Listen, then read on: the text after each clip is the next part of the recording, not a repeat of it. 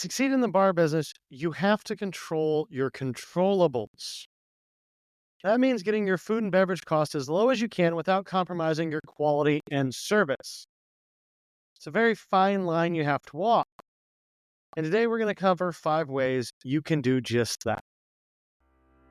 Hello, and welcome to the Bar Business Podcast, where we help bar owners increase profits, attract loyal guests, and simplify operations so you can avoid burnout and finally enjoy your life outside of your bar. I'm your host, Chris Schneider, the Bar Business Coach. Before we get started, a quick thank you to our sponsors, Spot On, who provide a great modern POS solution for the bar and restaurant industry, and Starfish, who use AI to turn your books into actionable steps to increase profits.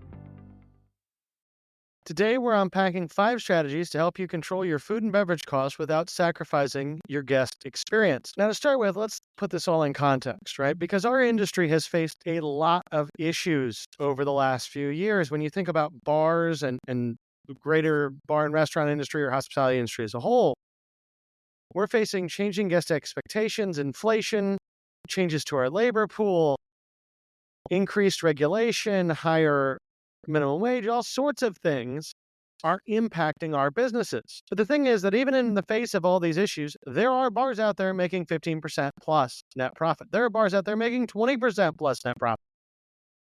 Now, the average bar may be doing 5, 6, 7%, but there are folks out there that are really successful even in the face of all of that. And one of the key differences between those who are not as profitable and those who are quite profitable comes down to their ability to control costs. And not just all costs, but specifically the most controllable costs. And the 2 largest controllable costs that you have in this industry are food and beverage costs, your product costs, and your labor costs. Now, today we're going to focus on that food and beverage side. Then we're going to cover 5 strategies, plus 1 bonus strategy, that you can use to control your food and beverage costs. So before we get into them individually, I just want to tell you what all 5 of these strategies are.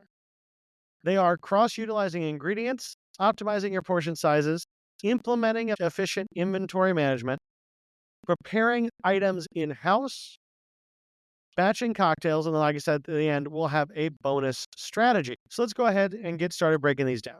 Our first strategy is to cross-utilize ingredients.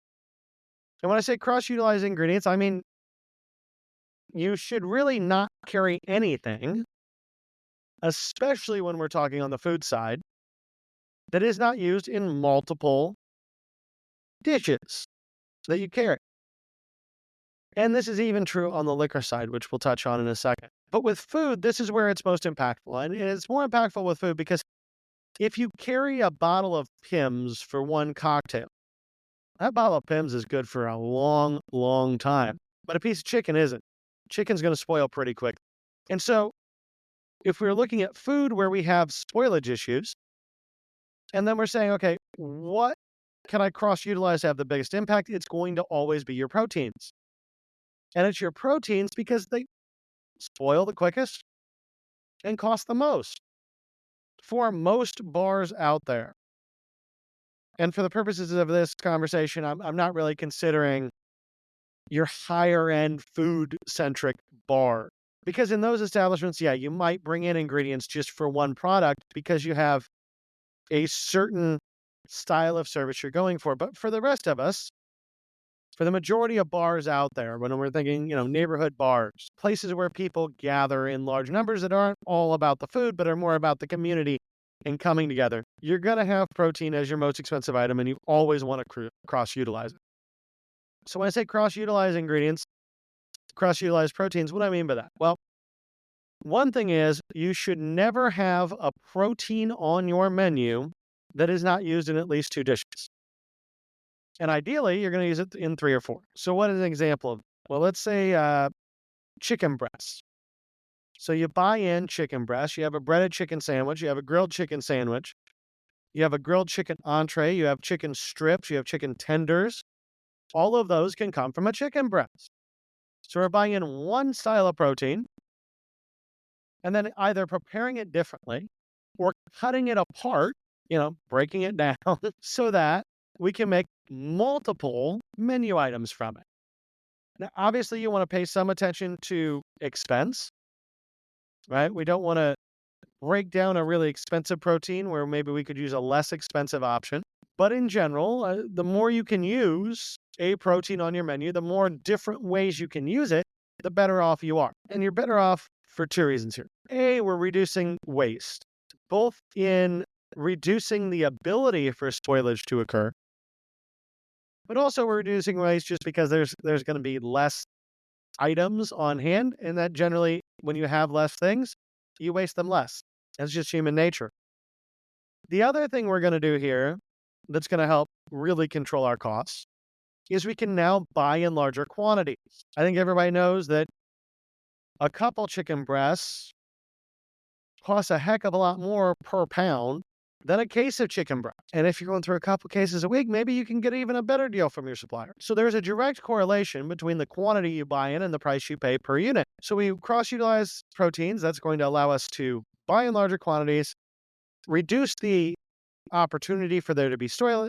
We have some cost cut down. So that's going to take us to our second strategy, which is to optimize your portion sizes. Now, something that's very true in the United States, not around the world, but Americans, we have always liked in our bars to put what some may say is too much food on a plate. And a lot of people think that America's large portion sizes come from, it's a more modern thing. But if you go back in the history of bars in America, even Tocqueville, when he wrote about America, commented on how large the portion sizes were at American bars. So especially in the US, we have hundreds of years of history that bars serve large plates of food relatively cheaply. Kind of hems us in. But when I say optimize your portion size, what do I mean by that?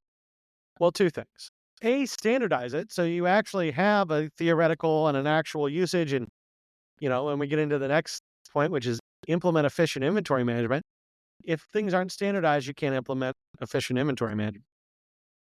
The other thing, too, is you want portions that are big, but that a lot of people actually consume. And the place where I see almost everybody give out way too much of a product, and at the end of the day, waste some money, is French fries. And why French fries? Well, French fries are almost always bought in frozen in a bag, right? We're not normally cutting our own French fries at most places. And even if we are, the same thing happens. Somebody grabs a handful, they throw it in the fryer, that handful is the portion. Well, different people have different size hands. And in a lot of bars, if you pay attention to the food going back to the dish room, right? The easiest way to measure whether or not your portion sizes are correct is to watch the food that isn't eaten. Not the food that is eaten, but the food that people take home and the food that's getting thrown away when that plate comes back to your dish room. And if you notice that fries are frequently being thrown out, well, then you're serving too many fries. If you notice that large portions of your salads are getting thrown out, well, then maybe they have too much lettuce, right? So by watching what gets thrown away, you begin to understand where your portion sizes might be too large. And then what you have to do is say, okay, I need to standardize a portion. And fries with most people that I'm coaching are literally where we start because it's the easiest place to get this down. Now, is it the most money of anything? No, fries are relatively cheap, but it's a good place to start to be able to understand where your portion sizes should go. And a lot of times this is going to take some experimentation. I talk a lot about continuous improvement. We make small incremental steps that help our bottom line, and we do them methodically and carefully in order to avoid negative impact to our business. So if we were going to say, look at fries, we would say, okay, we're doing handfuls. Let's try 7 ounces. So we're going to portion the fries in 7-ounce bags, and we're going to watch them. Are the fries getting eaten or not? Well, okay, now, so a lot of fries are still coming back to the dish. Let's move that to 6 ounces and see what people say. And you just play with it until you achieve a result where most of the guests are eating most of the food and no one's really complaining about your portions being small for what you're charging. And so you have happy guests. You have the smallest amount of food possible on the plate. And in turn, then, you've optimized your portion size. Another place where this can be very useful when we talk about optimizing portion sizes is behind the bar. Now, some of you have probably heard me say this before because I'm a huge proponent of doing this. pay attention to your glass sizes. If you think about a drink, the size of the glass literally limits the portion that you can put in it most of the time, depending on the type of cocktail and the type of glass and all of that. But if we're talking about just a standard mixed drink and a standard glass, the size of the glass dictates the drink. And what you see a lot of bars do is they'll have 14 or 12 ounce glasses for mixed drinks. And I personally like 9, 10, and 9 or 10 ounce glasses. Now, why is a 9-ounce glass going to be better than a 12-ounce glass when it comes to your portion control? And how does that not negatively affect your guest experience? So first thing to think about is that in any glass we're putting ice in, at least in the US, because we really like ice, we really fill it in there, you're taking up about 50% of the volume of that glass with ice. So a 9-ounce glass is going to fit 4.5 ounces of liquid. A 12-ounce glass is going to fit 6 ounces of liquid. Now, if we're not changing the amount of alcohol involved in the drink, we have saved 1.5 ounces of mixer. Well, 1.5 ounces of mixer, it's kind of like the fries. We're not talking about a huge amount of money here, but over time that effect compounds, and 1.5 ounces of mixer, when we're talking about Coca-Cola, which we're pulling off a gun, is pretty cheap. But when we're talking about all the ingredients in a tiki cocktail, it can actually be significant money. So we are lowering that amount of mixer that we're using. At the same time, because we're lowering that amount of mixer, if we're doing 1.5 ounces standard pour and we have 4.5 ounces of liquor in a 9-ounce glass, of cocktail in a 9-ounce glass, or 6 ounces of cocktail in a 12-ounce glass, when we decrease the size of the glass, we use less mixer, which means that the ratio of alcohol to mixer is higher. In the 12-ounce glass, we're getting 25% alcohol to mixer. In the 9-ounce glass, we're getting 33% alcohol to mixer. So we're using a smaller glass. We're using less mixer, which has some incremental savings that should drop basically straight to our bottom line. But at the same time, we're not actually negatively impacting the guest experience. We're positively impacting the guest experience because you go from a 4-to-1 or a 3-to-1 ratio to a 2-to-1 ratio as far as mixer to alcohol. And that 3-to-1 ratio to some people tastes a little bit weak, but that 2-to-1 ratio tastes really strong to everybody. So you can go from having a bar that some people say your drinks are a little weak, or some people complain about your drinks, to a bar where people complain because your drinks are too small. And the only thing you've done is reduce the size of your glass, reduce your mixer, and most people can't tell the difference in glass sizes. So, obviously, if you're going to do this and you have a pre-existing bar, the last thing you want to do is use the exact same design of glass when you make them smaller, because everybody will notice. But if you switch up your glass design, no one notices. You improve your guest experience and you cut your costs at the same time. So optimizing your portion sizes, make sure on the food side that you're not serving more food than people can eat. So you can get those portion sizes down to where your guests are happy and your bottom line is optimized. And on the cocktail side, you want to make sure that you're providing your guests with a great experience and what they feel like is a strong drink. And you do that by lowering the size of your glass to optimize that portion of mixer, which again, both of those will cause incremental increases in your profit. And those incremental increases, because nothing else about your business has changed, will go straight to your bottom line. So even if we're only talking about, optimizing portion sizes, saving you 10 grand of cost a year, that's 10 grand that's falling directly to your bottom line, which if you own the bar and you don't have any partners, means that's 10 grand in your pocket. So it's worth doing. Now, our third idea here for how to optimize your cost controls and how to control your controllable food costs is to implement efficient inventory management. Anytime we're talking about improving a business, we're looking at incremental changes that are going to lead to big results when they all compound. We have to live in the world of data. And in this case, we need to look at P mixes and we need to look at actual costs versus theoretical costs, right? Waste, which is the biggest issue for us when we're talking about food cost in particular. Waste is the number one killer of food cost. To measure waste, we have to make sure that what we're going through is what we should be going through based on our PMix. So you have to implement efficient inventory. You have to do inventory well. And Dave Nitzel, who was on the show, you guys can listen to it. It was back in the spring of this year. One of the things he said that has stuck with me, and it's something I believe and is very true, and I've held it to be true for a long time. But what he said was basically, if you're just counting, you're not doing inventory. Inventory requires the step of doing reconciliation.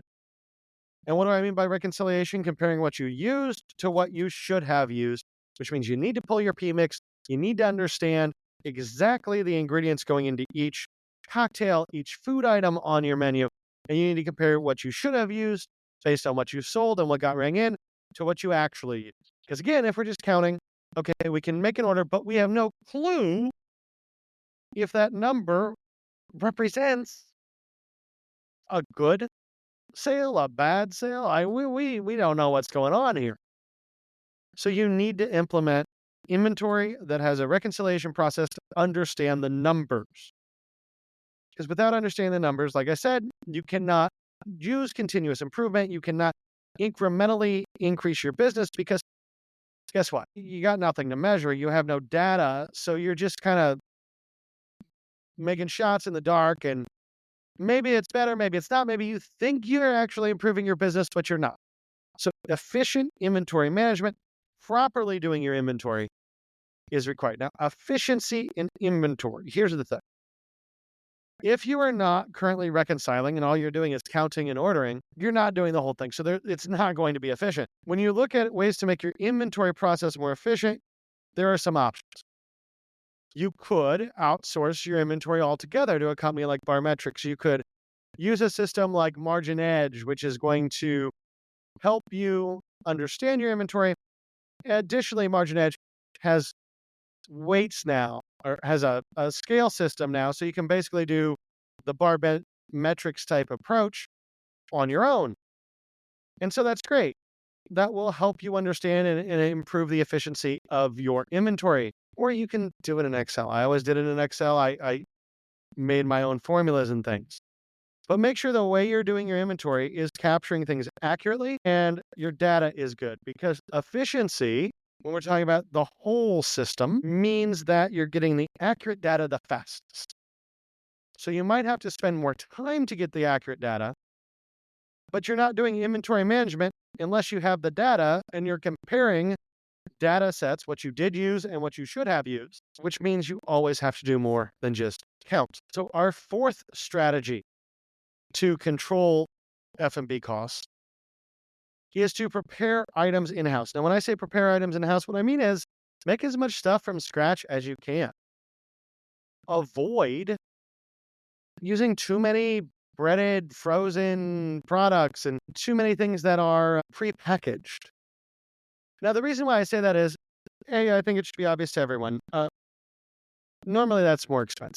Right? It's going to cost you. Normally, also, frozen vegetables, there are a few things where I don't think quality suffers in a way that would impact a neighborhood bar. But generally speaking, if you make something from scratch, it's going to taste better and be higher quality than if you bought something pre-made. Also, if all you're doing is buying things and heating them up, it doesn't really count to me as providing good quality food to your guests. So you have an opportunity when it comes to making things. Yes, it adds some time, but oftentimes the time can be offset by the food cost differences, and then you're providing a higher quality product. So you're improving your guest experience while keeping your costs the same, or probably, in a lot of cases, lowering them a little bit. So what are some items you can make in-house that are not difficult? Well, chips, particularly tortilla chips. You can buy tortillas, cut them apart, put them in the fryer. You have tortilla chips. They're going to be higher quality. They're going to taste better. Everything about them will be better than buying tortilla chips in a bag. Plus tortilla chips and potato chips, if you wanted to hand fry those as well, or fry those to order as well, require a lot of storage space. There's a lot of air in those bags. You can't smash them, right? Having tortillas as opposed to bags of tortilla chips decreases your storage needs by a heck of a lot. And while, yes, it takes employee time to fry those chips, the end product is so much better, and it is incrementally cheaper than buying bags of tortilla chips. Same with potato chips. Same with, we were talking about chicken earlier, same with, say, chicken strips or a breaded chicken sandwich. When you buy that chicken pre-breaded and frozen. Everybody that eats that knows it's pre-breaded and frozen. Most people and anybody that's ever been in the industry can tell the difference pretty easily between pre-breaded chicken on a chicken sandwich and just recently freshly breaded, in-house breaded chicken on a chicken sandwich. So you're raising your quality, you're lowering your food cost a little bit, you're adding a little bit in labor. But net, the more items you can prepare in-house, the better your guest experience is, the lower your food cost is, and labor, if you manage things properly, shouldn't increase. So you're keeping your labor down or similar, you're moving your food costs down, you're increasing your guest experience, win-win-win, and you're controlling your controllable of food costs. Now, our fifth strategy, and this is not food related, this is purely cocktail related, is to batch your cocktails. Now, before we get into this, I do want to give a bit of a disclaimer here, because it is true that you cannot batch cocktails in every space, in every area, in every jurisdiction. And the reason behind that is that some places it's just illegal. And so if you're in the United States or anywhere around the world, reach out to your local liquor folks, excise, liquor board, whomever, and make sure you can batch cocktails. And then if you can batch cocktails, what can you batch? So certain jurisdictions will say, yeah, you can batch it all you want. We don't care. Certain jurisdictions will say, well, no, you can't batch different types of alcohol together. Some places may not allow you to premix anything. It just kind of depends. But to the extent that you can batch, go ahead and batch. So what are ways you could batch, let's say, if you can't batch liquor? Well, you can batch sets of mixers together. Now, you can't batch mixers that have carbonation in them because obviously they will lose carbonation, and that's a problem for your drink. So you can't batch sour and soda or Coke together for a Long Island. But you can batch different juices. If you have a specific cocktail on your menu that has 3 or 4 juices in it, you can batch those together. Now, it's not going to last that long, but you can batch it every day or two, and that's going to speed up your service. And in places where you can batch liquor, you can batch your liquors together. So if you have a special on Long Island's and you can just make up Long Island's and have them in a pitcher, great. You just pour them and go, you're done. But even if you can't or aren't going to use them that quickly, so you're worried about the Coke going flat, you can batch all the liquors together so that you have one Long Island bottle in your well and just pour out the proper count for all the alcohol that's going into a Long Island, rather than to have to grab 5 bottles and pour them all individually. So obviously here, the benefits we're getting is we're decreasing our service time. So if you're doing the weekly challenges, we talked about ticket times. This is one of the ways to decrease your ticket time. But the other big win here is we're improving the guest experience via improving consistency. Because I really don't care if you are a free pour master that can pass every pour test and are close, right? Within 1/10 of an ounce of every pour that's ever given to you.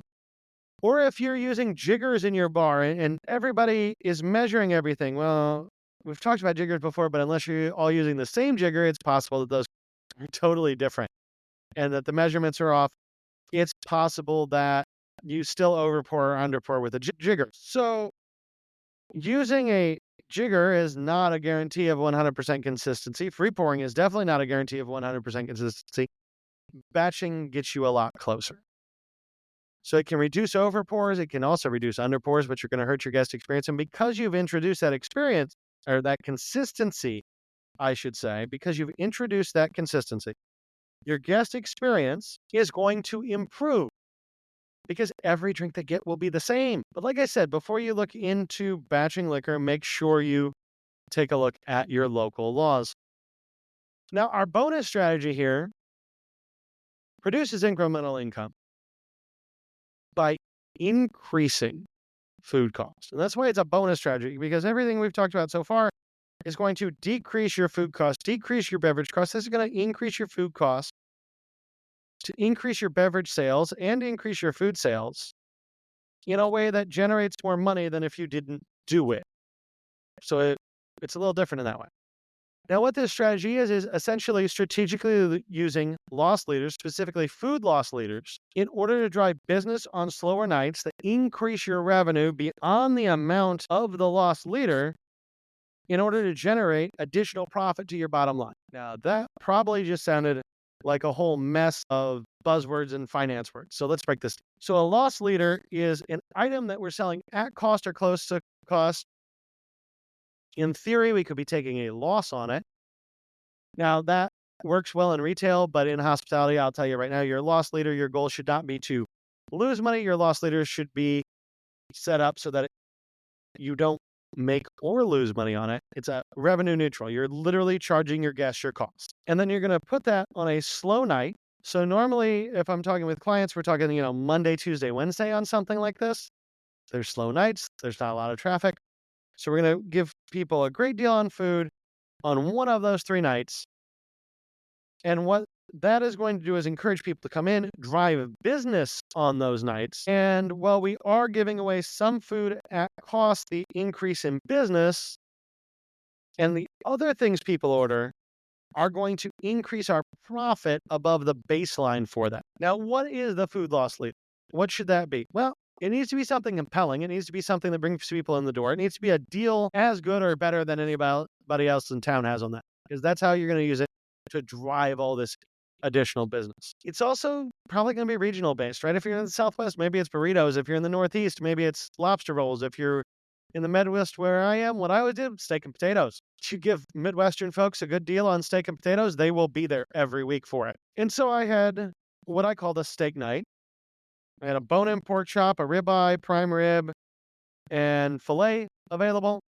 Baked potato and a salad came with them, and I literally sold them all at cost. So how did that help my business? How did that not just make it so I had a lot more work and a lot more people, but no extra profit? A few things. A, the whole purpose of using a loss leader is to drive in more business. So the more people in your business, the more people see your business and your bar is being busy, the more likely they are to want to come in and join.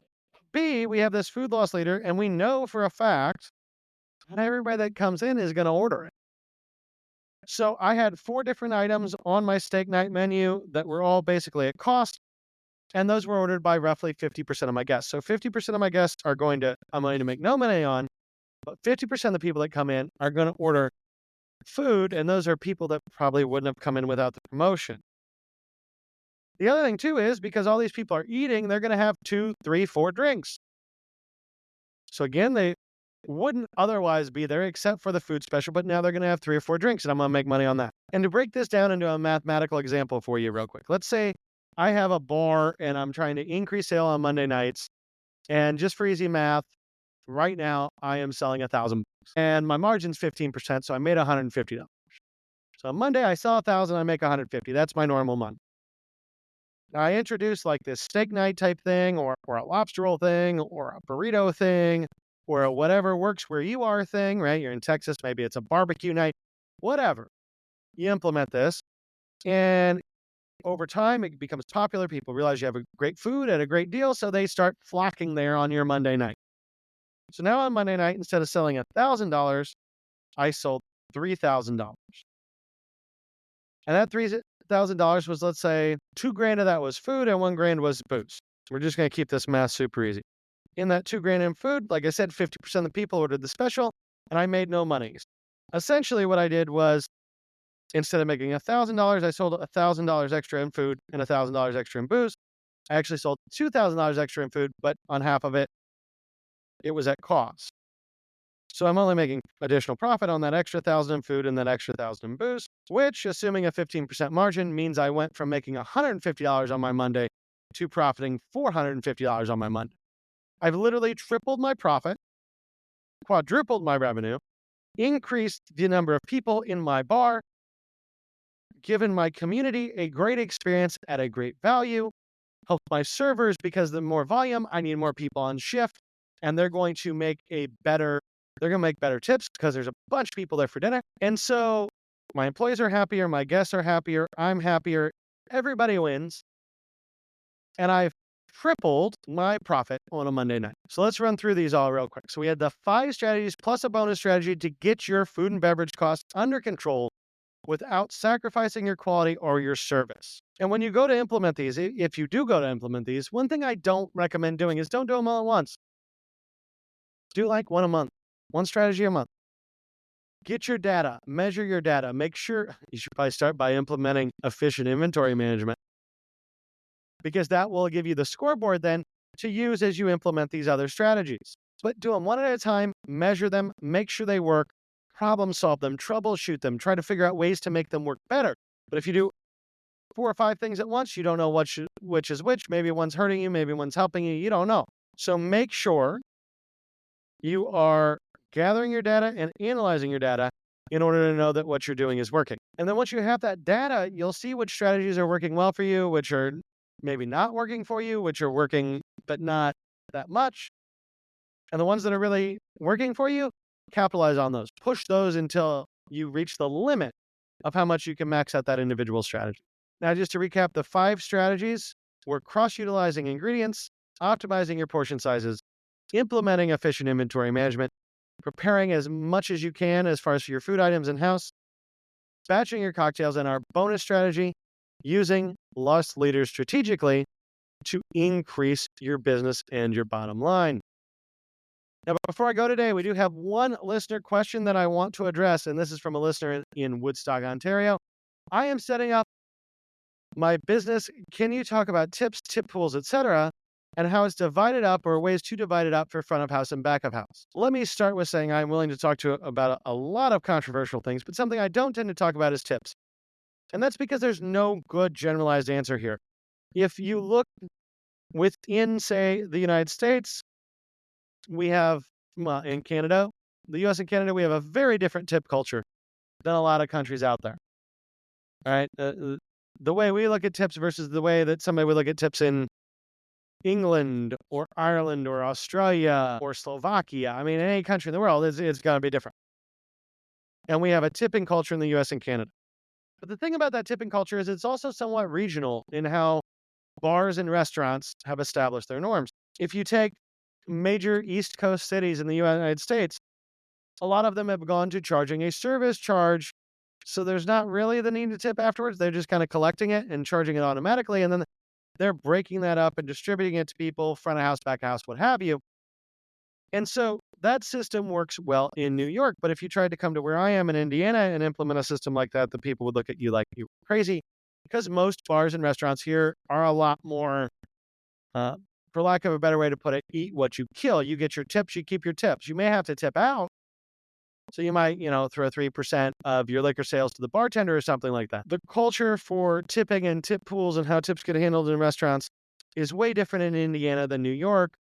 And both of those are going to be somewhat different from California, which are all different from Texas, which are all different from Canada. So because different states, regions, and countries have different norms when it comes to tipping, tip pooling, all of that, I try to avoid the subject a little bit, which is why I haven't talked about it before. So my best advice is talk to as many owners as you can in your area. Talk to as many managers as you can in your area, and then talk to as many bartenders and servers as you can in your area. It's particularly important, though, to talk to owners and managers to understand the way that your area works, because sometimes servers, and I don't mean this in a bad way, but I have known servers and bartenders over the years who, when they get hired, especially by someone that is new to the industry, will quote systems and they'll go, oh yeah, everybody does tips this way. Well, no, they don't. You're just saying that so that you make more money. So check with other owners and managers because they'll probably give you a more straight result and they can tell you what they've tried that's worked, what they tried that hasn't, what they like and don't like from the ownership side, rather than just relying on all this from the employee side. Because as much as our teams and us in ownership are aligned, everybody has a little bit of greed in them, right? So we want to make sure we're being very fair and reasonable and within the market with our team. And we want to make sure that we're not getting screwed, they're not getting screwed, everybody's happy. So talk to folks around you. The other thing I will mention is that within the US, if you are doing tip pools, or if you're doing a service charge that's acting as a tip pool, as an owner or manager, if it's a tip pool, you're legally not allowed. If it's a service charge, you are allowed to take that money.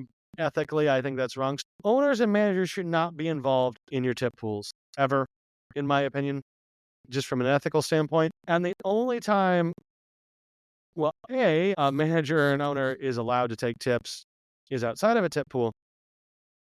But the only time these folks should be getting tips is when you're doing the job, right? If your bartender calls out, and I do this from time to time, although, as I've mentioned to you guys before, I'm a terrible bartender. So my servers always hated it when this happened. But If I had a bartender call out, I couldn't get anybody else to cover. I was the makeup bartender of last resort. And so if I'm actually tending bar for a 10-hour shift and I'm getting tipped directly from the customers I'm serving those drinks to, heck yes, I'm keeping those tips. That's my money. If I keep those, I actually threw them all in a envelope in the safe, and I would do this every time I worked throughout the year, and then that became my money to spend on employees at the holidays. Sometimes I put some of it in my pocket too, right? Like there was a little bit of both, but most of the time I actually reinvested that money back in my employees. But that's the only time as an owner that you really have an argument to take tips is when you have been doing the work yourself. Otherwise, you should stay out of your tip pools and away from it for owners and management.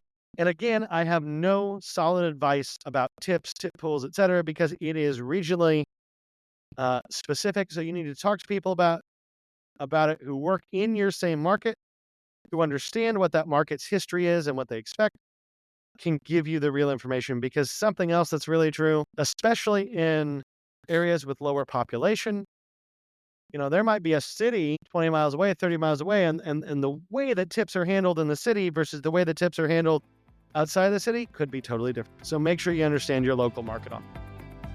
That about wraps it up for today. If you enjoyed today's insights, make sure you like, subscribe, and leave a review. If you are ready to take your bar to the next level, schedule a strategy session with me by clicking the link in the show notes below. Until next time, have a great day, and we will talk again later.